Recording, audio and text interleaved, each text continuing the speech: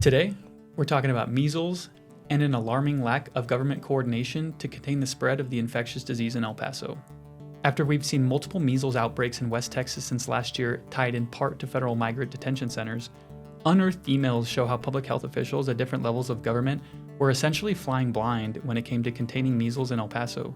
Some ambulance drivers were unaware of their passenger patient's measles status, while local public health officials said the federal government hasn't been routinely sharing medical information about migrant detainees. I'm going to talk with El Paso Matters health reporter Priscilla Totiyapungprasert about her detailed reporting on the breakdown and processes meant to contain the spread of measles in El Paso. But first, this El Paso Matters podcast episode is brought to you by our podcast title sponsor, Tani Acosta and Chaparro, truck crash and injury attorneys. Their team of local, seasoned trial attorneys are ready to help if you've been injured in a crash. And you can sign up for El Paso Matters newsletter and read our free reporting at our website, elpasomatters.org. Priscilla, I appreciate you joining me. Thanks for having me. So you wrote a very in-depth and detailed story describing multiple instances of breakdowns in tracing and communication about several different measles cases in the El Paso area. And so I want to get all into that, but can you just start off by telling us, how you got turned on to the story and how you got started reporting? Yeah, so I started reporting on measles last year. If you recall, that was actually our first podcast together. There was that big outbreak that was happening, and this is our second outbreak in 2 years. And when we found out from the city that there were measles cases again, at the time the city told us that those cases were not tied to Camp East Montana. And I thought that was curious because a lot of the cases at the time appeared to be happening at Camp East Montana. And Camp East Montana is a migrant detention facility in East El Paso County. Yes. And then later in March, early March, we find out that there's more measles cases. So out of curiosity, I wanted to know how was El Paso responding to the outbreak, what was going on behind the scenes. So I made a records request for emails. And the emails showed a lot of communication sort of breakdowns and questions and confusion, right? Yeah, the emails were enlightening. There were hundreds of pages that I went through and, going through all the back and forth communication, I was putting together this timeline and it showed a breakdown in communication across various entities. So when you have a measles response, there are a lot of players involved. There's the local hospitals, there's the health department, and in this case, there were federal detainees. So there's a lot of jurisdictions involved with this. And so the email showed a lot of communication happening across various stages. Yeah, so just kind of walk through your reporting and what you found. You really highlighted like several different scenarios of cases and different government entities sort of, kind of confused over like whose responsibility it is and just everything. So just kind of, talk us through sort of your story and the different scenarios you uncovered, I guess. Yeah, so with the first patient, we saw that they were transferred to Del Sol Medical Center. And it appeared based on the summary emails within the health department that this person was not isolated for a period of time while they were getting tested and they were waiting for results. And it looks like that Del Sol Medical Center also did not notify the health department. The health department found out through the state. And so this person was in a hospital, partly not isolated, for 2 nights before the city found out and could begin contact tracing, and the city ended up doing their own testing. So there was that issue. And then at that time, when the city found out that that patient tested positive for measles, there was another patient who was also tested that day. This one was at UMC, where they did do a protocol, or were put in isolation. And this is where the timeline gets kind of hazy, because for contact tracing, the city's epidemiologists, they need a lot of information. They need to know, like, where was this person? Who did they expose? Like, where were they? And this person, their rash onset was February 7th. And with measles, when you have a rash onset, you're contagious 4 days before and 4 days after. They were not in the hospital until February 11th. So my question was, where were they between February 7th and February 11th? And that's where you kind of start getting these piecemeal information coming in, that they may have been at the downtown jail, that they may have exposed people at the court, that they were at Camp East Montana, but which days, it's not 100% certain. So this kind of shows that the health department didn't have very certain 100% information. And part of the problem was that the federal government itself sort of isn't really effectively tracking like who's coming in and out of the various detention facilities, where they're coming from, where they're going. There's just kind of an absence of information about the detainees. Is that right? That's what the emails show from the health officials, that there were questions internally about what's the vaccination status. And, there was a deputy health director who said they don't have information on the ins and outs, and that the federal authorities don't know who's coming in and out, how many people are there. They're not routinely getting this information. They don't know the vaccination status of people who are exposed, of the detainees themselves. That kind of makes it, well, not kind of, but it does make it hard for the health officials to do their job. So, okay, just to back up a little bit, like why are these detention facilities sort of some of the hubs, I guess, of measles outbreaks or, measles cases? What is it about these facilities and, who's there and why is this where the source of measles is coming from, I guess? So when people are under federal custody, immigrants, they tend to transfer between different facilities. So you have a lot of movement going back and forth. You are first detained, you're in a holding facility where you're being processed. You might go to Camp East, Montana. You also have people coming from Minnesota, for example, coming into El Paso to go to Camp East, Montana. Then you're transferred to outside facilities, outside of the state even, including the Sierra Blanca facility where most of the cases are. There were more than 130 cases reported so far at the Sierra Blanca facility. And then these are congregate settings, so hundreds of people living in close confinement together. So this is a kind of a very ripe area for disease outbreak. Yeah, and you mentioned in your story a stash house in Juarez that maybe it played a role. Just curious if you can touch on that for a second. Yeah, so the first patient that was identified in El Paso, he was in a stash house in Juarez before he came into El Paso, and he did say that there were sick and dying people in the stash house. However, we can't confirm, we don't know if this was an area where measles was spreading. He could have gotten it while he was in El Paso. This, we don't know. And I also don't want to create a stigma around what I would call a vulnerable population.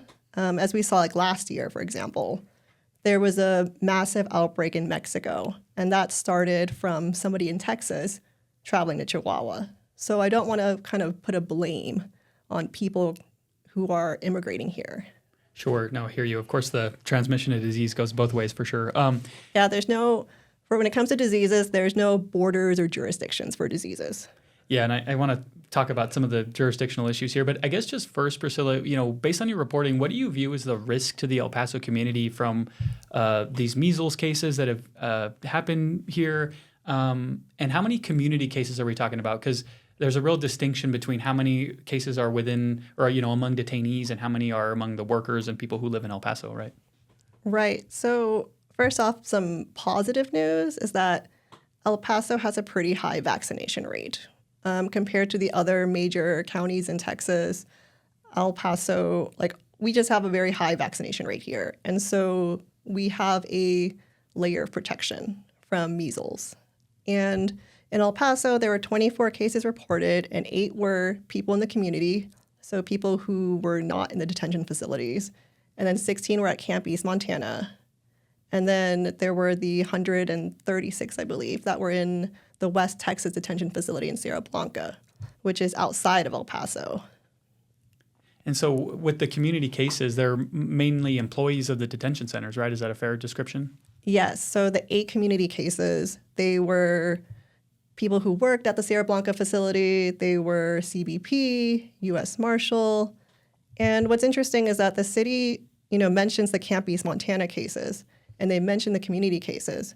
But in their press releases, they don't mention the Sierra Blanca cases, which is interesting because people in El Paso work at that facility.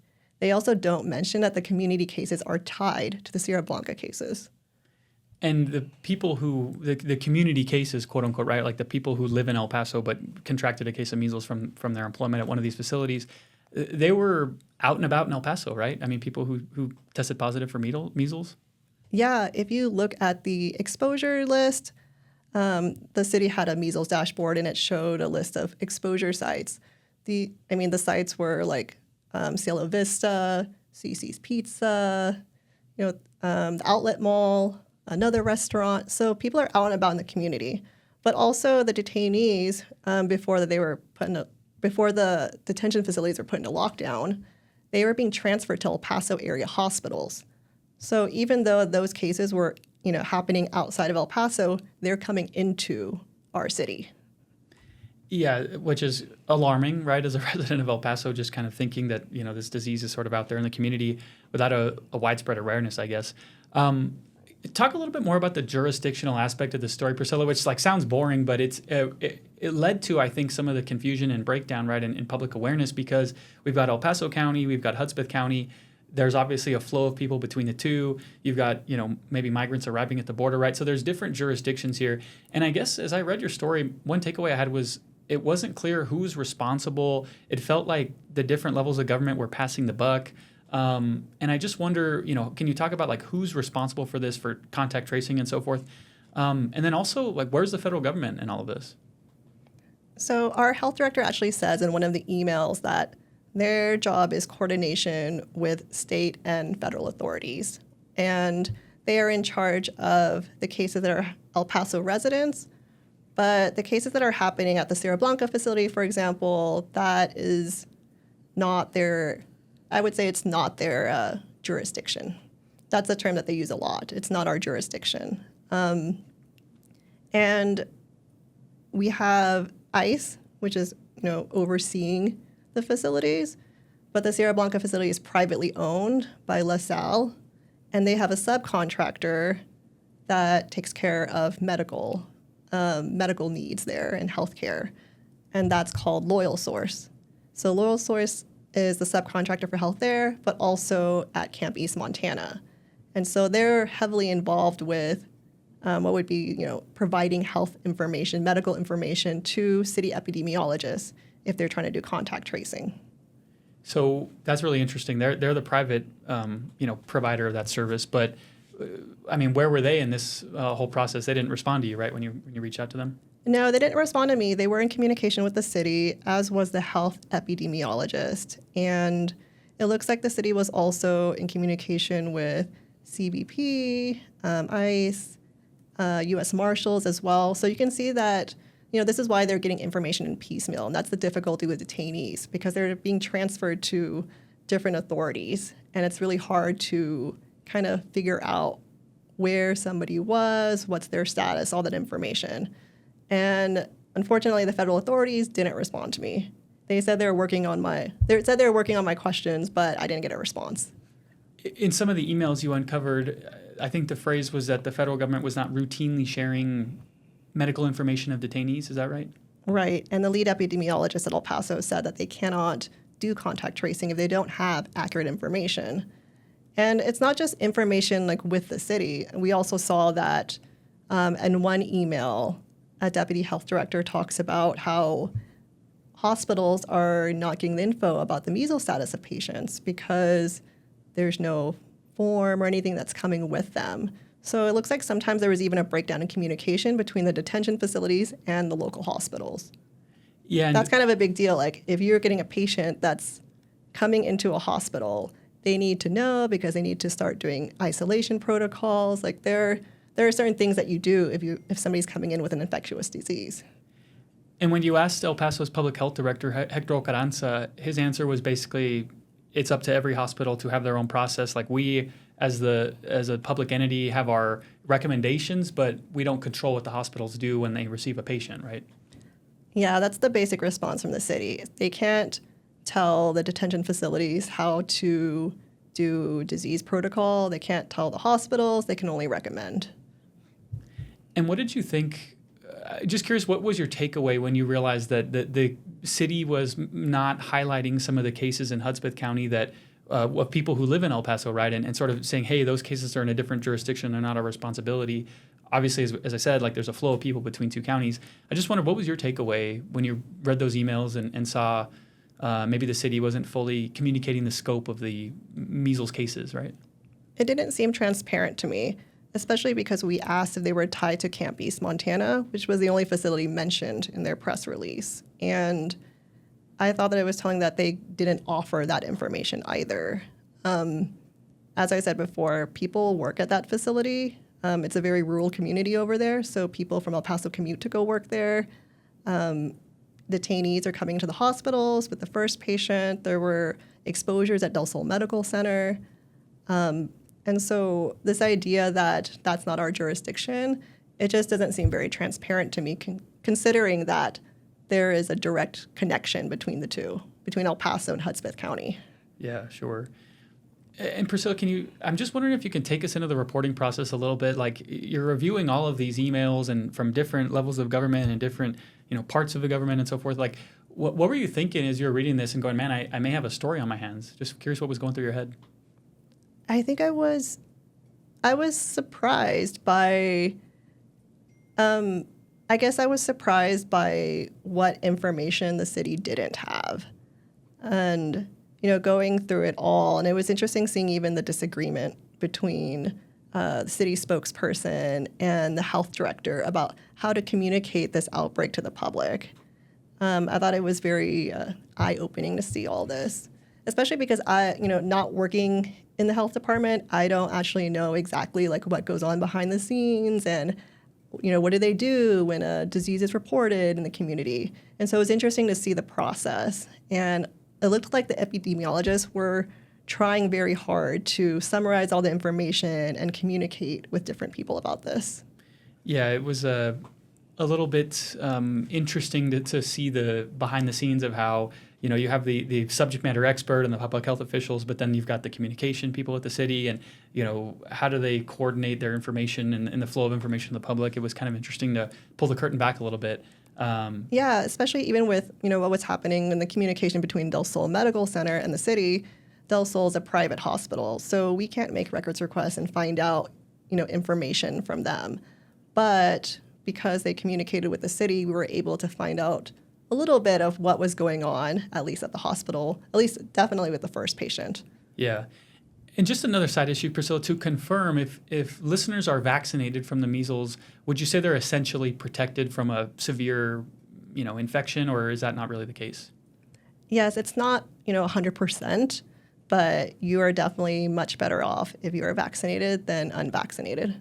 Yeah. And, okay, we'll wrap up here, Priscilla. Again, it's just interesting to kind of shed light on some of the lack of transparency here. But I wonder, what do you expect going forward, right? Like you mentioned the previous measles outbreak that you've reported on and we podcasted about in the past, but do you expect to continue to see issues with measles outbreaks popping up periodically in our region?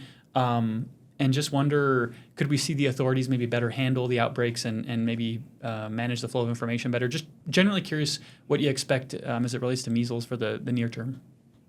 These are questions that I wish I had answers to. I definitely asked DHS and ICE and CBP and the health subcontractor and the city, what are and the state as well, the state health department, what are, the big lessons that have come from this outbreak? What's going to change in the future, if anything? What changes have you already made? And unfortunately, I didn't really get answers to that question. But I do know that this is not the only health issue going on in detention facilities. We've reported on the tuberculosis cases, for example, at Camp East, Montana. We have reported as well on a woman who was denied surgery for an ovarian cyst. There are reports of a man who did not get chemotherapy while he was detained at Camp East, Montana. And speaking to Veronica Escobar, a representative, she has said that she doesn't really trust, basically, what's happening at Camp East, Montana. Is the healthcare adequate at these facilities? That's the big question. Whether or not people are getting adequate medical care in these facilities. I guess just one more thing, Priscilla. I mean, are you worried as somebody familiar with the healthcare system and familiar with health in El Paso generally? Does this worry you, knowing that maybe there's not the closest attention being paid to the people in these facilities and their medical situations? Are you worried about this, or how do you feel in general? Well, as a human being, I am concerned about this, regardless if it's an infectious disease going into the community or whether a person is getting their health care, their treatment for life-threatening diseases or other conditions. Like, as a human being, I do care about what's happening. And I think that this is something that we should be paying attention to. As far as measles in the greater community, I don't think this will be like the last outbreak. We have seen that there's outbreaks happening outside of El Paso, outside of Texas, and vaccine hesitancy is rising. And so with all these sort of combination of factors, I don't think this is the last that we'll see of diseases spreading. Yeah, we'll leave it there, Priscilla. A little bit of a maybe concerning final note, but I just appreciate you reporting on this and really trying to keep people informed on, how our government's trying to tackle the incidence of measles that we see locally. And, we'll just look to you to keep us informed on all of these, outbreaks we're seeing and so forth. Thanks.